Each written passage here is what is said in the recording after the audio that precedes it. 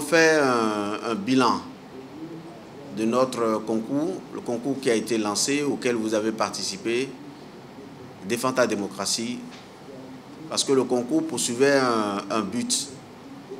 Il est important que l'association béninoise de droit constitutionnel associe toutes les personnalités qui ont pris part, soit en tant que membres du jury, nous-mêmes en tant qu'organisateurs, soit aussi en tant que personnalité ayant assisté au déroulement du concours, mais également à tous les candidats.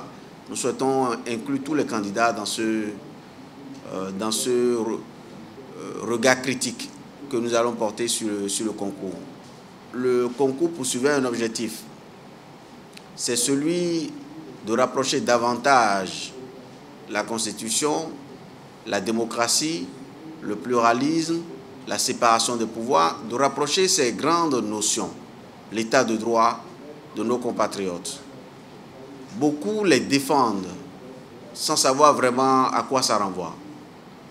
Et comme je le rappelle à chaque fois, si nous voulons avoir une preuve ou la manifestation de l'attachement de notre pays à la démocratie, il faut juste se rappeler que nos compatriotes n'ont été dans la rue depuis ces 3 dernières années. Les Béninois n'ont été dans la rue, n'ont été capables même de s'offrir face à notre armée que lorsque la démocratie a été touchée. Et pourtant, beaucoup d'autres faits se sont passés dans le pays aussi graves, aussi tendus, aussi controversés, mais nos compatriotes n'ont pris la rue et parfois certains ont accepté de perdre leur vie parce qu'ils ont considéré pour eux que la démocratie était menacée, que notre modèle était menacé, que le pluralisme était menacé. Et c'est pour ça que la démocratie est inséparable de notre pays. Parce que la démocratie est inséparable, il faut donc davantage la diffuser.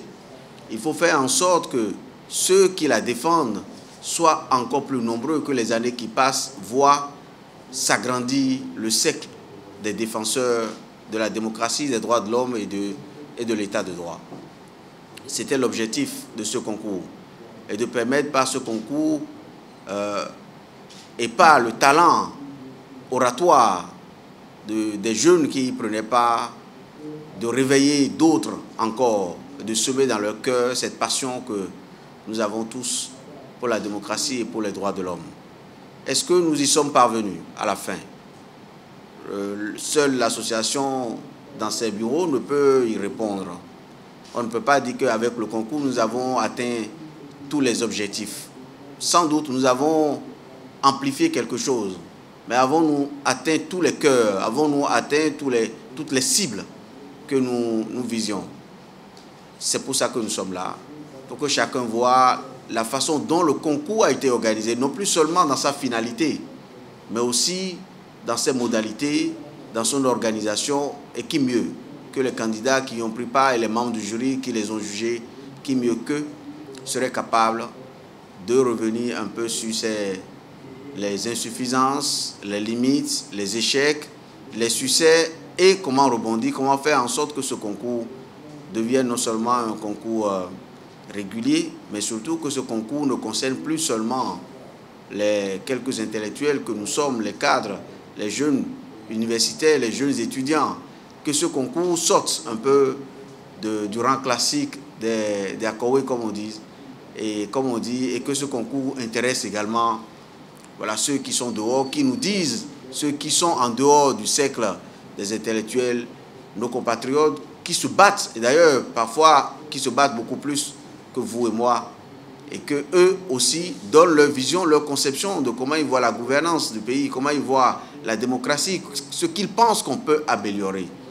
C'est, on va dire, l'étape ultime du concours. Décloisonner le cercle intellectuel du concours et le faire adopter par l'ensemble de nos compatriotes, quel que soit le milieu dans lequel ils vivent. C'est l'objectif final et c'est pour ça que l'exercice de ce matin nous permettra de faire le point sur ces différentes, de faire le point sur ces différentes étapes.